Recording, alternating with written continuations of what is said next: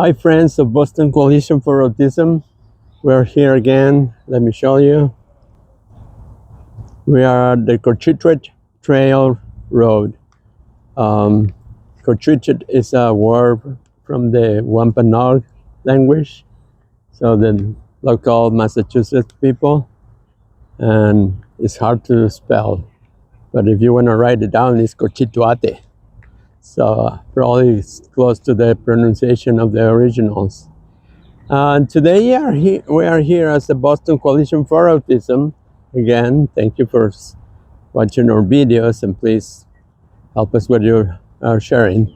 But we have now something that is the question of the week.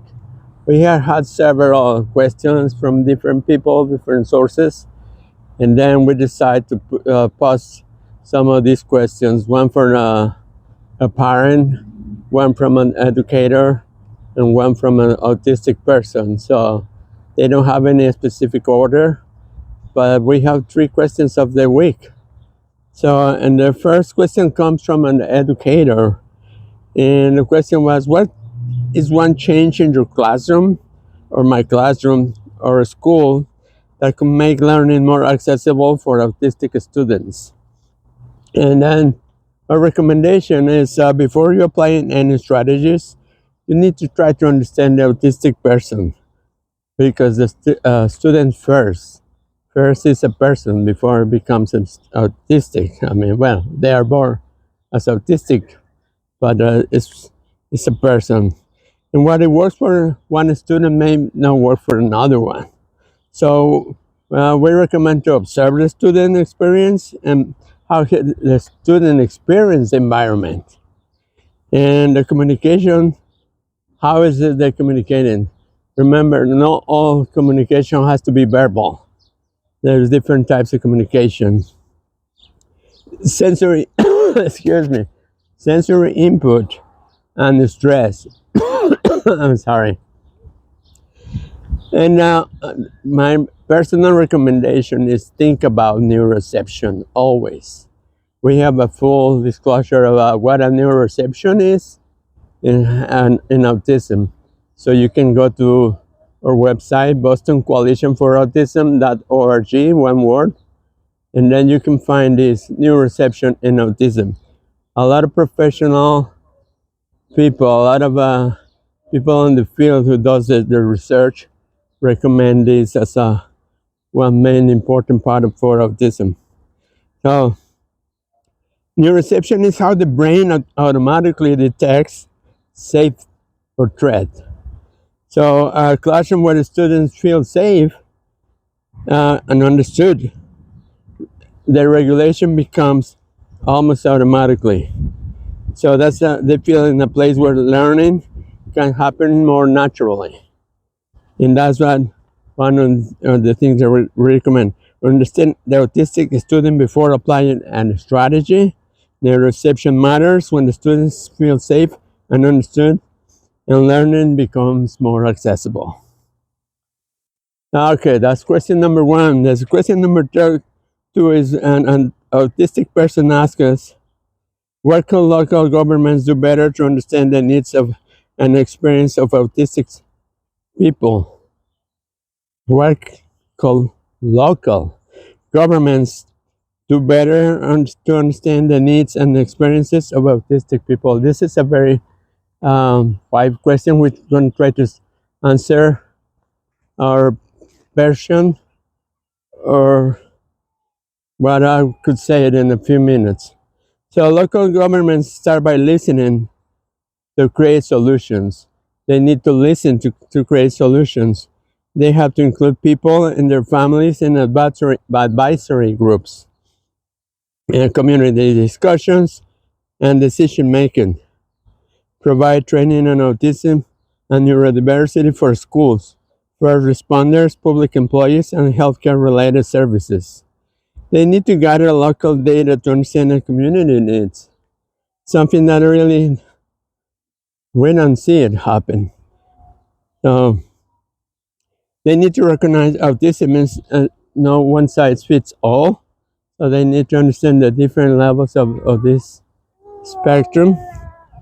and then the experience too, and understanding policies, or they have to implement policies that grow with the town understanding, so they can build more safe places for autistic people, and not only for autistic, also neurodiverse people. Um, to better understand autism, local governments should listen to autistic voices, include them in decisions, train public staff, and learn about the diversity of autistic experiences. The people affected by policies should help shape them. So nothing about us without us is what the autistic community always saying. So, and are we creating programs for autistic people, or creating them together with autistic people? So not only create the programs, also create them together. That's another part that we don't have to forget. And then we have a question about what media, like Facebook, local news, other media are announcing autistic friendly activities. This is from a parent. Sorry, I have some allergy issues, as you can see. Yeah, so if you are in Framingham Metro West, most autistic friendly activities are not announced in one single place. So you need to research different places. Families often follow a combination of Facebook pages, the newsletter, the community calendars, and the local organization. Locally, we have a couple of local organizations. Boston Coalition for Autism is one. At this moment, we're going to start publishing some activities because the good weather is starting. Again, go to the webpage of the organization. But also, we have one sister organization, Autism Alliance of Metro West. As I told you before, I'm part of a advisory board member, so I know what they do. We frequently have contact with them. So, but they post a lot of times sensory-friendly events, family activities, workshops, and autism welcoming activities. So they have now an office or a autism welcoming center in the Native Mall. You can go there. I strongly recommend you or invite you. But also they have local programs and recreation opportunities. And they have the newsletter. And they have summer programs too, or vacation programs. And yes, please go to their website, the Autism Alliance of Metro West.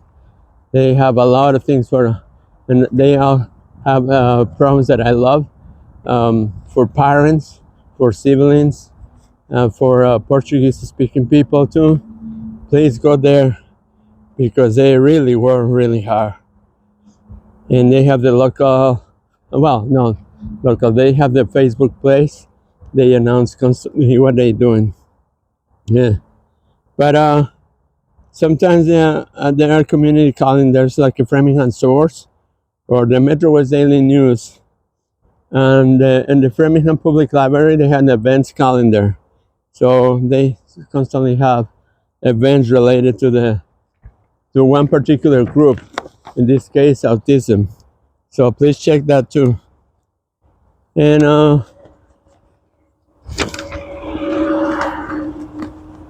Autism Alliance has something called Autism Initiative, and they are welcoming centers.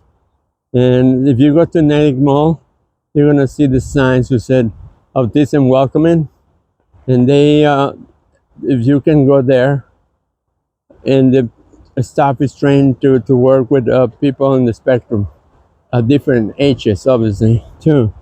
So, but they had activities in one of the zoos, the Southwood Zoo. They closed the zoo. Well, after the zoo closes at 6 p.m., they open the zoo only for autistic people and their families. It's a very fun experience because the animals come after that more than the regular day. So I've been there. The Discovery Museum also it's kind of local. It's in Acton, So it's 20 minutes away from here, but they have different opportunities there for autistic people. And obviously the museums, the parks, the community activities. So, but families often say the hardest part is not to find activities, it's finding where the information is. So we're gonna try to compile some information on this. If you have seen different pieces of art like this one, it's because it's an exhibition. Here you can see the author. And what is this? The name of the main theme of the exhibition is movement. So you're gonna find different things related to movement, and this is what we have right now. So please check the question of the week on our Facebook page too, Boston Coalition for Autism, and go to the website, one word, Boston Coalition for Autism.org, and you can see the question of the week. And see you next week for the question. If you have your questions, please don't hesitate to send them to the webpage or to Facebook. And then also you can put this on the comments of this video. And when we read it, we have it ready for you. We're gonna have an answer for you for next week. Okay? Well, let's say goodbye with this Breton wheel, if I recall. This is an artist who wants to reproduce the whale, the famous whale. I mean, I said Breton, but it's the champ. So if you remember this, and you can check it out on your local museum. I mean, they will know, but you can see it on the internet, the champ whale. So that's this work was by Chuck Mutter. And then come to the trail. There's a lot more work. There's 9 pieces of art here. So try to find it, and please come and visit Framingham. See you until the next time. And this is your friend Mauricio Perea, Boston Coalition for Autism. Have a great week.